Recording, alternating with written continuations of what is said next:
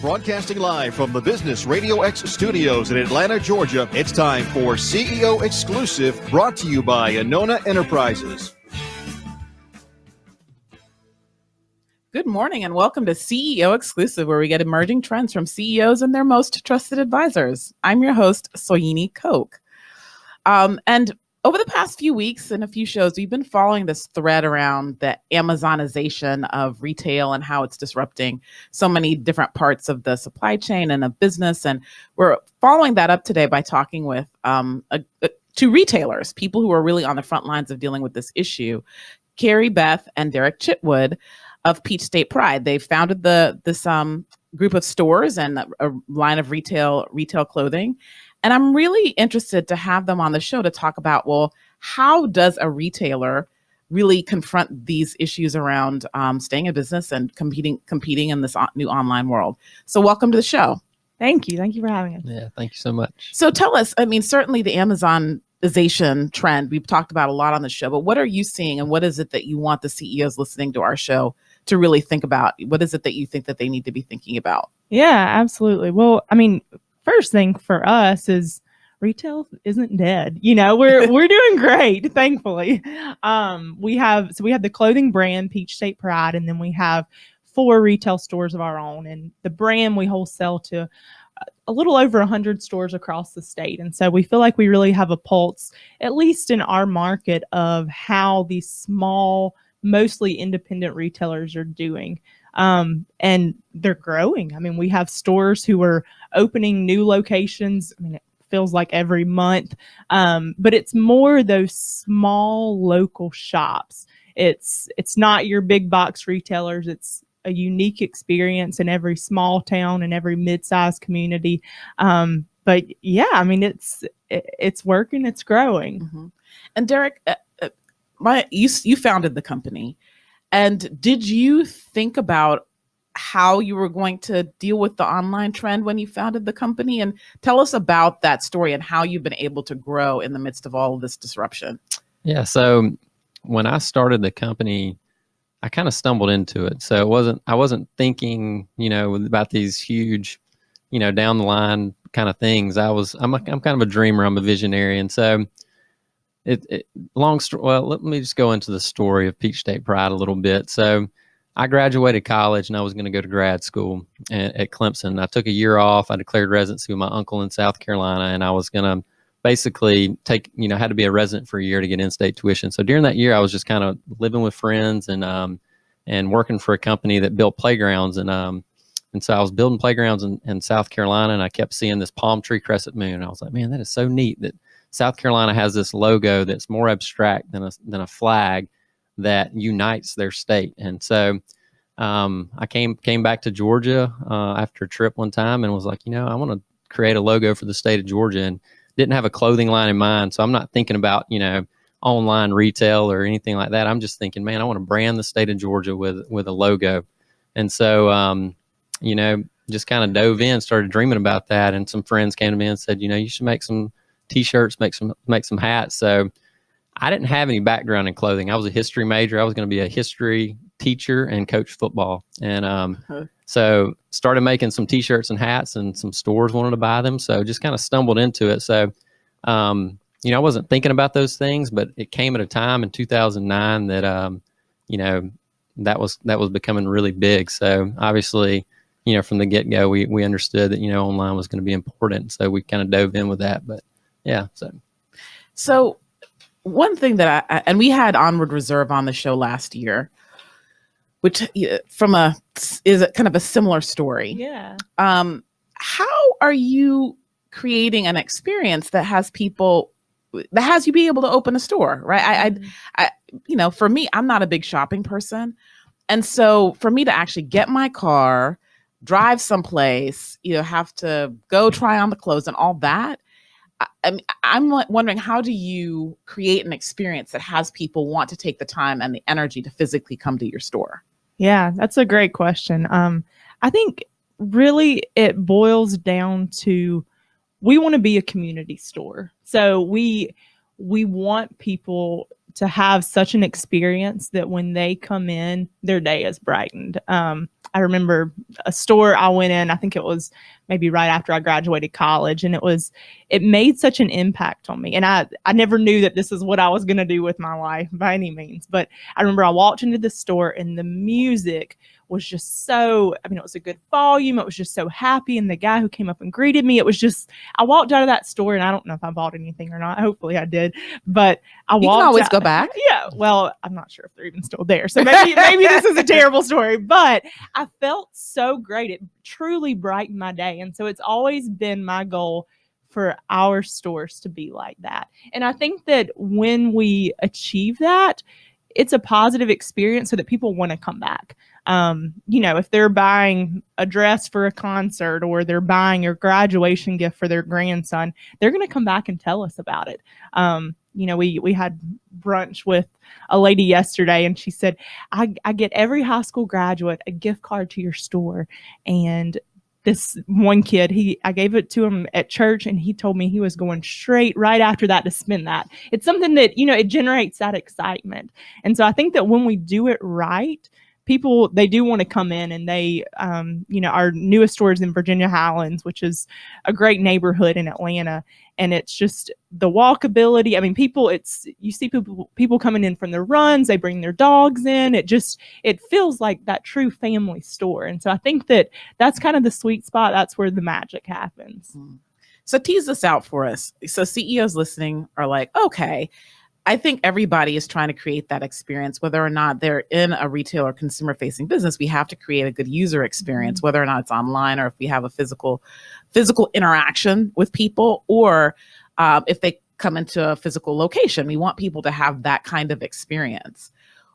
How do you, if you were going to advise or give 3 recommendations for the CEOs listening to the show on how to create that kind of experience, what would those recommendations be? That's a great question. I think know your customer and listen to them. Our store, we have a store that's in Livonia, Georgia, which is a teeny tiny town that we're from. And it's very small. And then we have, a store in Atlanta, and then we have one in a college town, and those are all very different. And it's not one size fits all. And so we've had to really tailor those according to the customers in those markets, the brands that they want to see, how the stores are decorated, how, in Virginia Highlands, like I said, it's a very walkable town. There are lots of dogs. So we have a dog bowl outside and dog treats for all the pups who come in. So listening to your customers and knowing your customers, I think not being afraid to change. If something isn't working, change it. There have been mistakes that we've made, and luckily we're small enough to where if we make a buying mistake or a mistake in terms of, we thought this men's polo shirt was going to be so popular for this season and it totally tanked. Well, luckily we don't have thousands of those coming in. We can say, okay, we're going to make that decision really quickly. We can be really reactive. And then from there, I think just having a high standard. We have an amazing secret shopper program that we developed. And it's truly, I would say, transformed our business in a lot of ways, because it makes it so that we always have this ear to the ground on how the customers feel about us, what they see, and we're always raising that standard. If we're not getting a perfect score, from our customers, then we're not happy. We've got to do a little bit better. It's interesting. I was just about to ask you, how are you gathering the data? Yeah. And are you doing other market research? And do you have, for example, a persona of the kind of person that shops in your store and all those kinds of things? Yeah, and that's very, very helpful for sure. Mm-hmm. So, all right. So you said make sure that you know your customer. We hear that a lot on the show. Maintain high standards, and what was the third one? I think kind of being reactive to change, being nimble. Yeah. So you've done all that. And then how do you create a process inside of your team to action those things? And so one of the things that I push my guests to do is to get beyond like the high level platitudes, because we have some really amazing CEOs listening to the show. So you kind of have these ideas, you have your secret shopper program, you're gathering the data.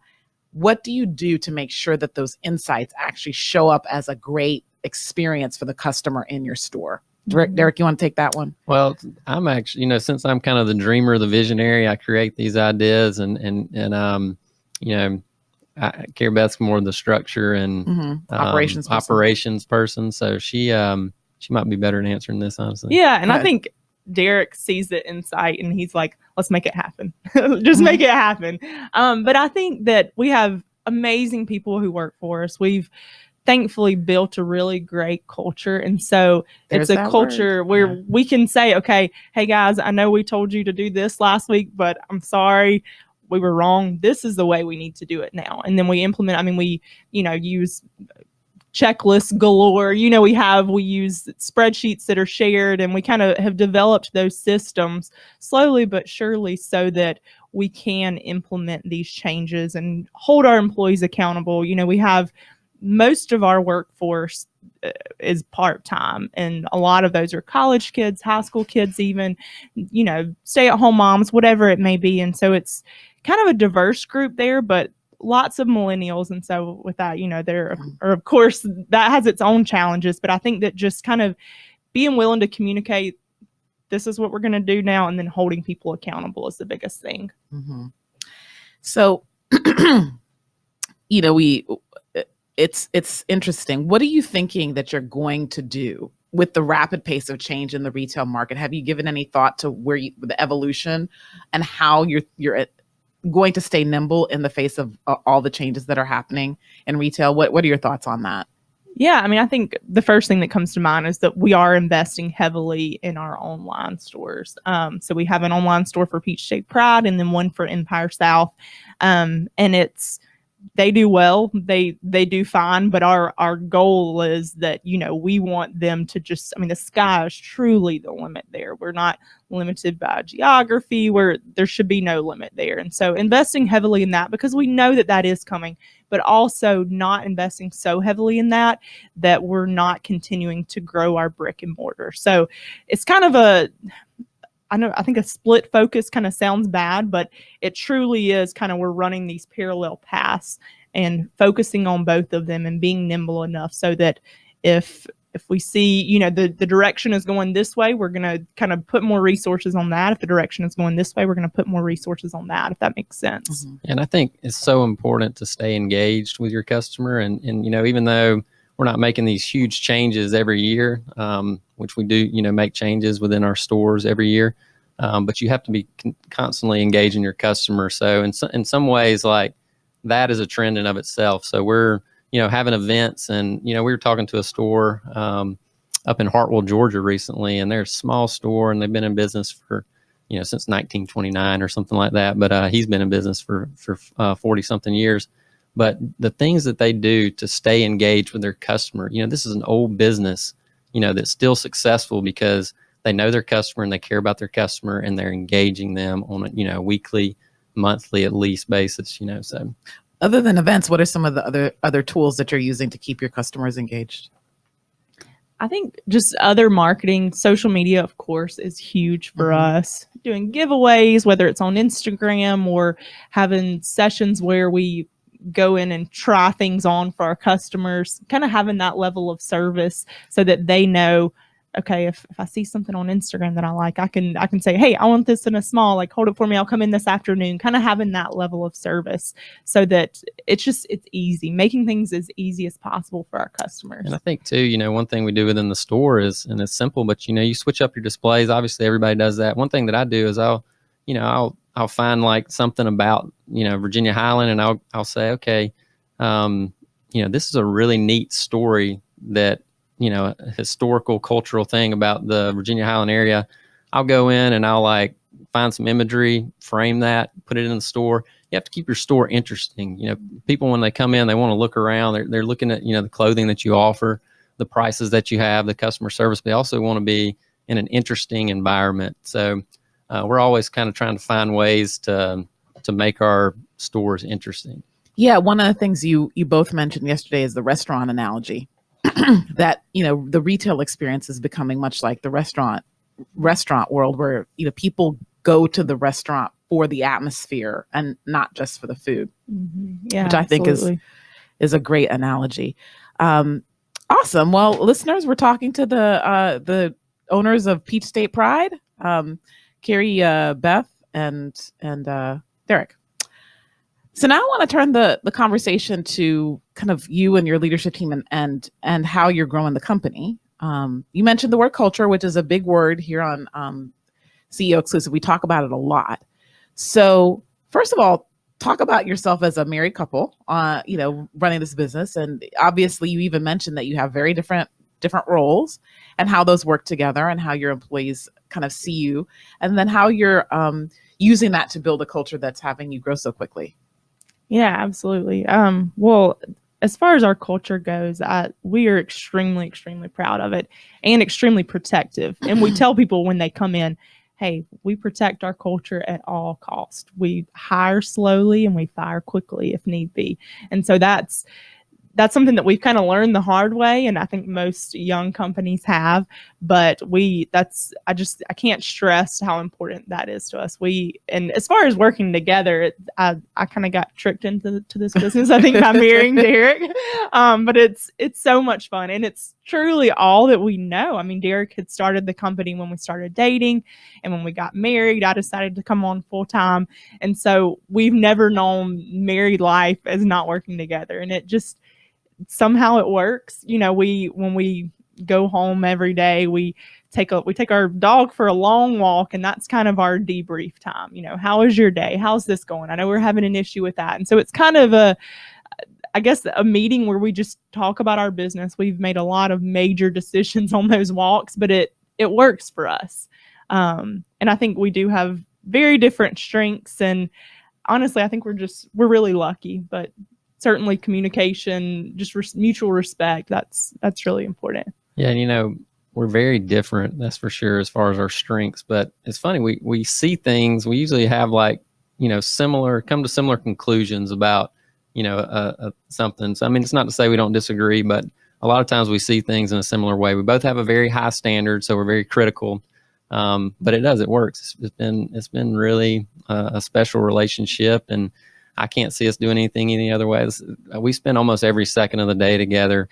Literally. So, I mean, we can spend a day away from each other, and we feel like we miss each other, and it's just Getting a little cheesy now.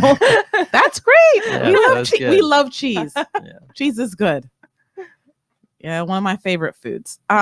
So now take that out to the team. What would you say are your core cultural tenets, and what are you doing to actually make sure that they show up? Yeah, absolutely. Well, I think that we hire for culture, for that fit above skill, and starting there. I mean, I think that's so integral. There have been people who are extremely qualified and talented that we've passed up on because we saw that maybe they weren't going to work out in the long run. We value humility. I mean, humility is so, so big. And just the idea of being grateful. I think that that's something that we can't stress enough. Just the idea that, okay, you've been gifted with this skill or this talent, or just the knowledge to do this job. Be humble about it and be grateful for what you have. I think just being genuine, integrity, those are big things for us. Innovation for sure. And then just the idea of kind of commitment to the business and commitment to follow through with things, kind of take ownership of things. We, like I said before, we hire a lot of young people and we give people a lot of responsibility, and it's worked out really well for us. But I think that there is a little bit of that learning curve of, okay, I know you're in college, but we're going to give you this responsibility. If you can do it, you're going to learn so much in this role. If you can't, let us know. We know you have other things going on, but I always tell people we're going to keep giving you things until you say stop, because that's how you're going to grow. That's how you're going to be stretched. And I think that working with us it's a great experience because you leave with just this great skill set. But thankfully, we've also had a lot of luck with retaining people and keeping people on board that we've hired in college, and then they come on later for full time.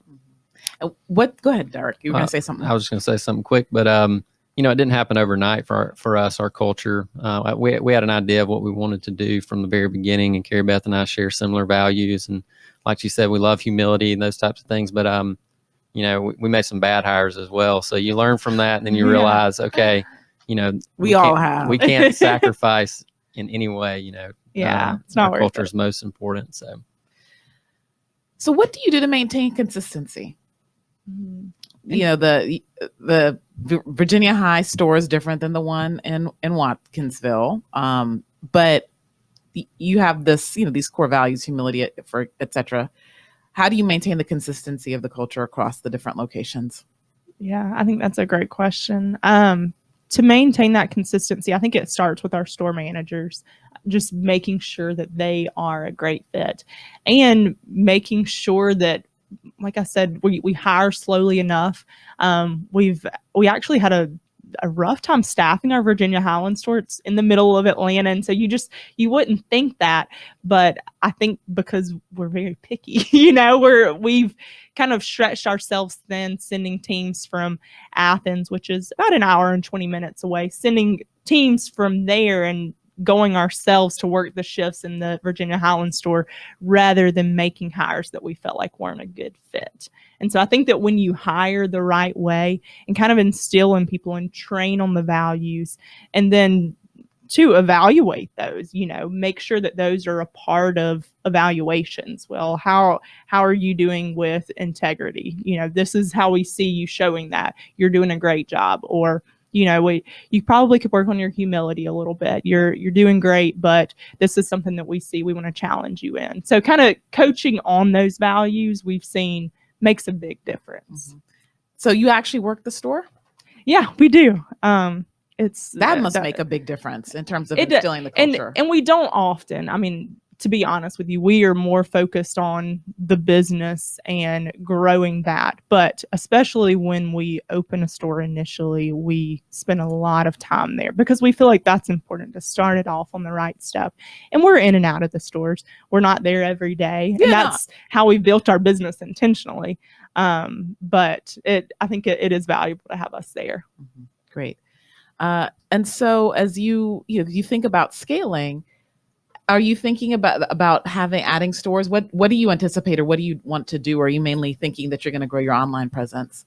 How are you thinking about scaling Peach State Pride? And at some point, you're going to tap out the state. Are you going to go to other states as well? Yeah. So we we kind of feel like growing the online presence. It's important to open brick and mortar to kind of create and establish your brand as well. So we want to get geographically outside of the state of Georgia at some point. For sure, to kind of grow Empire South beyond that. So yeah, we definitely want to do that. And, we're going to have to maintain consistency and do all those things like we're doing now and just kind of scale it. But, that's definitely a big dream of ours to grow it and the brick and mortar side of it as well as online. And how are you going to manage the brand issue? Because obviously, and if you're in Alabama, they don't necessarily care about, it's actually a rivalry, right? Yeah. Are you going to extend your brand into other state branding, or what's your thought on that? We're kind of slowly doing that a little bit now, kind of testing out the market because we have these great products for Peach State Pride. And at the core of Peach State Pride, we want to give communities a chance to celebrate where they're from, right? It's all about that local hometown pride. And while we feel like Georgia is the greatest place in the world, it's not exclusive to Georgia. Right. Alabama thinks that too. Yeah. And so in some ways it makes sense from a business standpoint to replicate what we've done. So we're kind of slowly getting into that a little bit, starting to focus on it more and more. But at the core of what we do, Peach State Pride in the state of Georgia is always going to be extremely important. With Empire South, I think, the name Empire South comes from Georgia being the Empire State of the South. But I think that that's a brand that could cross over state lines because we sell a lot of other brands besides Peach State Pride in those stores. But yeah, we'll see. We feel like the sky's the limit. We've still got hopefully a lot of living to do. Great. Anything else new and exciting that you want to share with our listeners before we wrap? Yeah, I think just kind of a little plug. If you're in Georgia, if you're from Georgia, peachstatepride.com, that's our website. If you live in the Atlanta or Northeast Georgia area, our stores are Empire South, empiresouthclothing.com. And if there's ever anything that we can do to help support you another way. We love partnering with other Georgia businesses, but I mean, it doesn't have to be a Georgia business, but yeah, we love hearing new ideas. We love learning from other business leaders. We love learning in general. So just, yeah, if there's ever any way that we can help anybody, we're here. Awesome. Well, listeners, we've been talking to Carrie Beth and Derek Chitwood of Peach State Pride. This is CEO Exclusive. I'm your host, Soyini Koch, and I hope you have a prosperous, productive, and very profitable week. Thanks. This show is brought to you by Anona Enterprises, where strategy is your access to money and performance. Learn more at AnonaEnterprises.com.